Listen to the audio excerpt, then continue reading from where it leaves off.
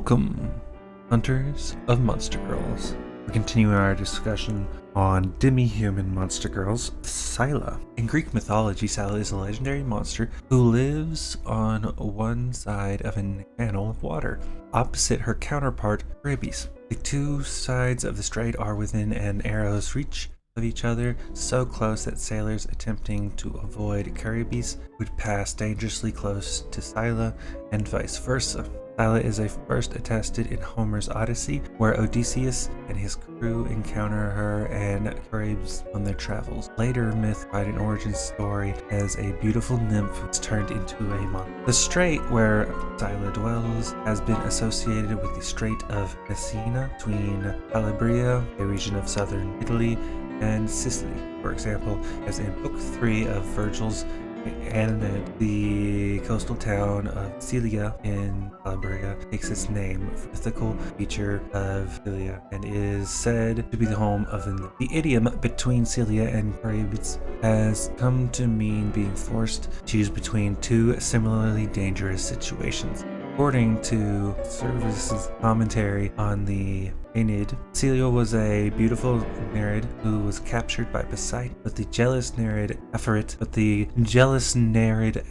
turned her into a terrible monster, poisoning the water of the spring where Scylla bathed. A similar history is found in Hyginus, according to whom Scylla was loved by Glacius, but Glacius himself was also loved by the goddess sorceress Thesia. As Scylla was bathing in the sea, the jealous Scylla poured a baleful poison into the seawater that caused Scylla to transform into a frightful monster. 4 eyes, 6 long, snaky necks, equipped with bristly heads, each of which contained 3 rows of sharp-hooked teeth. Her body consisted of 12 tentacle-like legs and a cat's tail. 6 dog heads ringed her waist. In this form, she attacked the ships passing sailors, seizing one of crew with each of her heads. And later, myths Hercules encountered Scylla during a journey to Sicily, slew her father, the sea god Orpheus, then applied flaming torches to her body and restored her. As far as I'm aware, there is no Shin Megami Tensei version of this, but again, Monster Girl Encyclopedia. Scylla is a sea-dwelling monster with octopus tentacles instead of legs. Scyllas tend to be strong-willed and a bit aggressive. They attack vessels at sea and plunder them for food and human men. However, while they are generally stubborn, they can also be timid, fitting themselves into impossibly narrow spaces when danger comes near. They are also known to hide in cracks and lash out with their tentacles to assault men when they come by. So it is best to be on lookout when traveling in regions they inhabit. When Scylla spots a man she likes, she uses her 8 nimble tentacles to seize and entangle him so as to gather his seed. Her powerful suckers hold him firmly in place during and even after intercourse. She may cling to him for the rest of the day, according to reports. Despite their willful temperament, these sea monsters are timid and needy. It seems that the Scylla, due to her inordinate love for human men, cannot relax unless she clings to him. She is at her calmest and happiest when their bodies are in contact. During moments such as these, she slides her tentacles fondly across his skin, scenting pleasure jolting through his butt and rejuvenating his passion. Scylla then reinitiates intercourse, entangling her body with his. Scylla shares the inhabitants with the Charybdis, and they are often spoken of together. It is common for a Scylla to abduct a man from a vessel immobilized by a Charybdis whirlpool. Scyllas are also known to lurk near the lair of Charybdis, hopeful to catch a man spat out by her. Sometimes they may go as far as to infiltrate the lairs of Charybdis. For this reason, Scyllas are highly amenable towards Charybdis. However, as Scyllas are known for slipping into a Charybdis lair to steal men while the Charybdis is copulating with her husband, Charybdis tend to be poorly disposed towards Scyllas. Speaking of these, I'm probably saying horribly wrong. They, as mentioned during the Celia's mythology thing, exist in mythology. The sea monster Charybdis was believed to live under a small rock on one side of a narrow channel. Opposite her was Celia, another sea monster that lived inside a much larger rock. The sides of the strait were as narrow as an arrow shot from each side, and sailors attempting to avoid one would probably be within the reach of the other. 3 times a day, Charybdis swallowed a huge amount of water before belching it back out, creating a small whirlpool capable of dragging a ship underwater. Some varieties of the story, Charybdis was simply a large whirlpool instead of a sea monster. The theoretical size of Charybdis remains unknown, yet in order to consume Greek ships, the whirlpool can be estimated to be about 75 feet across. Through descriptions of Greek mythology, chroniclers, and Greek historians, modern scholars generally agree that Charybdis was said to have been located in the Strait of Messina off the coast of Sicily and opposite a rock on the mainland identified with Celia. Where Charybdis are located in the Strait of Messina, it would in fact be the size of the accordance to accommodate the whirlpool.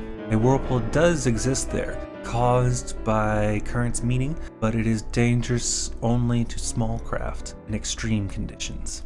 Charybdis aided her father Poseidon in his feud with her parental uncle Zeus, and as such helped him engulf lands and islands into the water. Zeus, angry over the land she stole from him, captured and chained her to the seabed. Charybdis was then cursed by the god and transformed into a hideous ladder of a monster with flippers for arms and legs and an uncontrollable thirst for the sea. As such, she drank the water from the sea thrice a day, which created a whirlpool.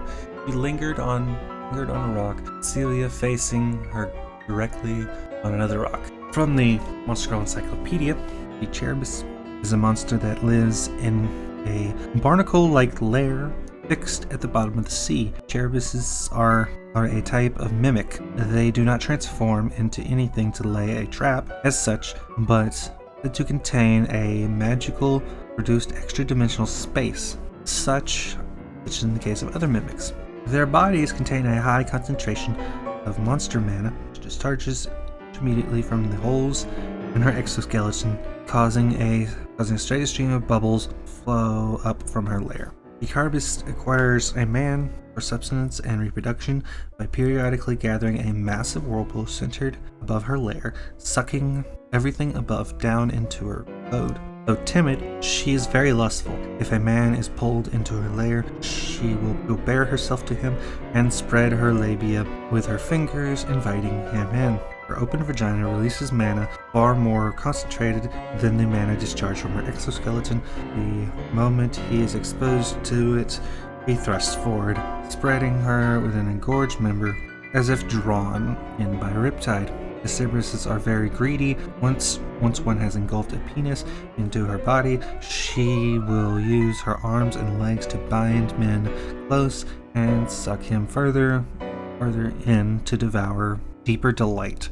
The holes in her exoskeleton, which contain fleshly membranes very sensitive to pleasure, and her mouth, open now and again to gasp, also emit just enough seductive magic to keep him right there where she wants him. Keep him right where she wants him. Every orifice in her body is perfectly designed to gorge on his penis and is in its pleasure.